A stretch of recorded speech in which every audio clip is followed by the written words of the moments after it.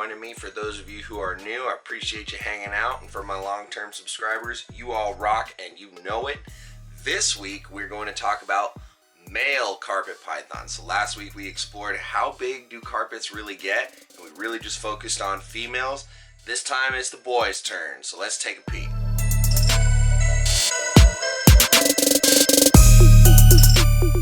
First off on this male Morelia madness countdown will be this dude right here. This is a tiger head-axanthic coastal carpet python produced by my friend Ryan Dumas of Rad Reptiles. And believe it or not, this guy is 3.5 years old, and he is already a father. So he sired my clutch of axanthic coastals and tigers and hets last season. So this is a proven breeder size male. I don't know if you can really get a great perspective, but he's not big. This guy eats small to medium rats typically, and I haven't seen much size growth out of him over the last 6 to 8 months. He's probably inching along and growing a little bit, but I won't be pushing him with large meals or frequent meals or anything like that to get him any larger, because quite frankly, he can do the job, he can breed, he's healthy. Why push him any further, right? So it makes his life a little bit easier. You know, if we're assuming that healthier, leaner animals live longer, then he'll live longer. He won't need to be as big. It's easier on my wallet, easier on my cleaning and space requirements. So this is an adult, proven breeder male coastal carpet. And I can hold him with one hand. So, not very big. Doesn't need to be. Very beautiful, of course. But, yeah, and this guy's going to get another shot at knocking some boots this season. And just a great example of how you don't need to have massive carpet pythons. They have those genetic maximums like we talked about, and if I'd have pounded this guy full of food when he was a baby, he could certainly be as big as some adult females, but it's definitely not necessary. So, getting coastals out of the way, let's take a look at another male of mine that's always been on the smaller side. So next up is an adult male Darwin carpet of mine, and he is a wild type, although he is het albino. And this guy is about 5 years old. And he came to me a very shy guy. He's still pretty shy, but we're working on it. And he was also a mouser at first. So for about 2 years, he wouldn't touch anything that wasn't a mouse, no matter how much I scented or did anything. Recently, he's since taken off and enjoys himself, you know, small rats. But as you can see, he's plenty big. He's got great body tone. And he was locking up and breeding for me last year, but we didn't get any production. So I'm hoping that will change this year. And then I'll be able to say that this is also another proven breeder male. But as you can see, not big, not very big around, maybe 1.5 inches in diameter. Nothing massive. And in fact, this guy lives in a smaller enclosure than the male coastal we just looked at. So he prefers to be really snug and curled up in a ball under the smallest hide possible. Good Lord, dude. He really does not like being out. He is super shy. Which is why I don't photograph him much or show him off much, because he's not a fan of being on camera. But it's an acquired taste, buddy. Don't worry, it takes time. I still feel awkward, like right now, holding a snake up in the air. Anyway, Darwin het albino, not a big boy, eats small rats, 5 years old, and does not need to get any bigger than this. Granted, he'll keep kind of inching along in time as he ages, and you know, he might eventually get an enclosure upgrade if he gets much bigger than this, but this is fully grown. This is what I would expect him to stay at the rest of his life. Not very large. Surviving on small rats, and definitely a manageable snake. So, again, another great example of how these are not big, monstrous animals. But again, I reiterate, they can get big. It's all up to how you feed, how early on, how much you really push that, and then you have your cap of your genetic maximum. So you can really push those thresholds, but I don't recommend it because they don't need to be big. You know, same with people. We could be huge, fat slobs, but we're not going to live very long. So Now I want to show you an up-and-coming male who I'm hoping will continue this trend of not needing to be big but putting in some good work. So let's take a look at him. And last but not least, this beautiful stud. This is one of my holdback male striped jungles from my maternally incubated clutch that Azteca produced in 2019.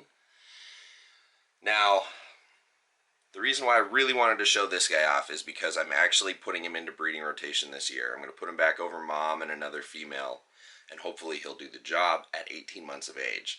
Now, this guy had a big start to life. That maternally incubated clutch gave me a bunch of really big, healthy babies that started feeding right away. So he got a jump start on life, and he's been eating really well, growing fantastically, and his color is just, I mean, he's insane.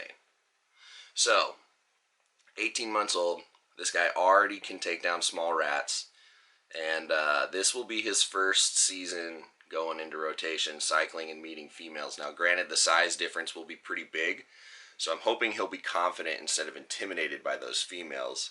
They're not known for eating each other, being aggressive or anything, but these animals do kind of show where their confidence lies, and some are more confident than others. So, one of my theories is that if you really get them eating early and get them going well from the get-go, they'll hit the size they need to be at an appropriate age, and then you can slow off, especially with males. So if you feed them well for the first 2 years, they'll hit, an acceptable size pretty quickly, so they don't need to grow much further than that.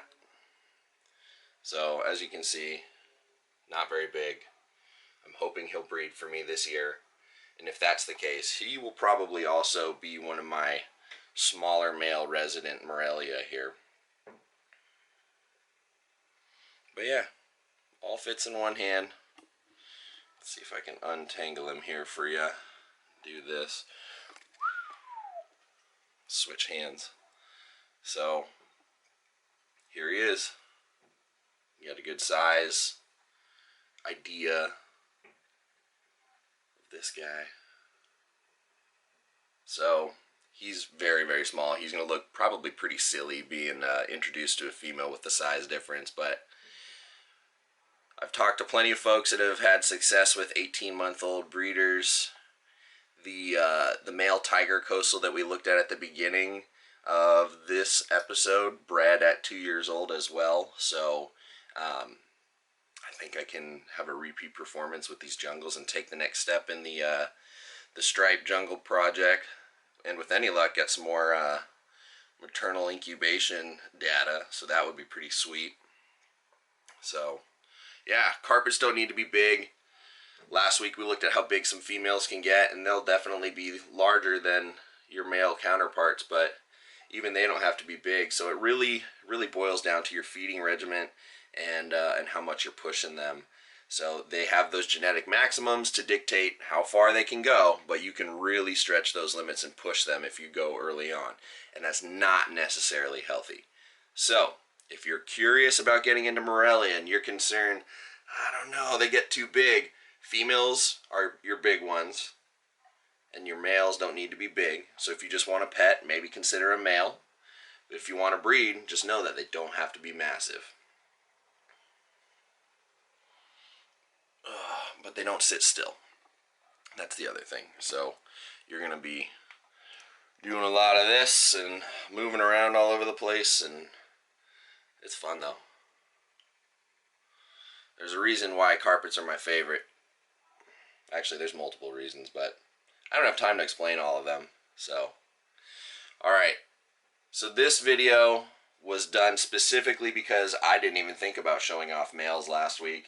And a wonderful commenter, I believe it was Chris at Heli Guy Serpents, he was like, hey, you should show off males. That'd be another great point to show off, and thanks, buddy. I appreciate the idea, and here we go. I hope this really helps convey that point that males don't need to be big.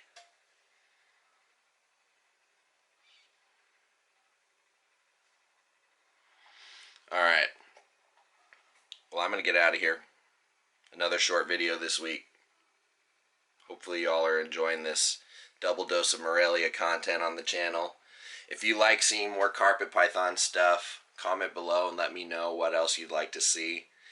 Like, comment, subscribe, share this stuff around, and let's start getting Morelia back on online a lot more, because there's still, in 2020, a lot of misinformation about them out there. So if y'all have any rumors or questions you want me answering, fire away, and we'll try and get that into the video next week and beyond. So, alright, take care everyone, love, peace, and chicken grease, and I'll catch y'all next week for some more carpet python talk, hopefully.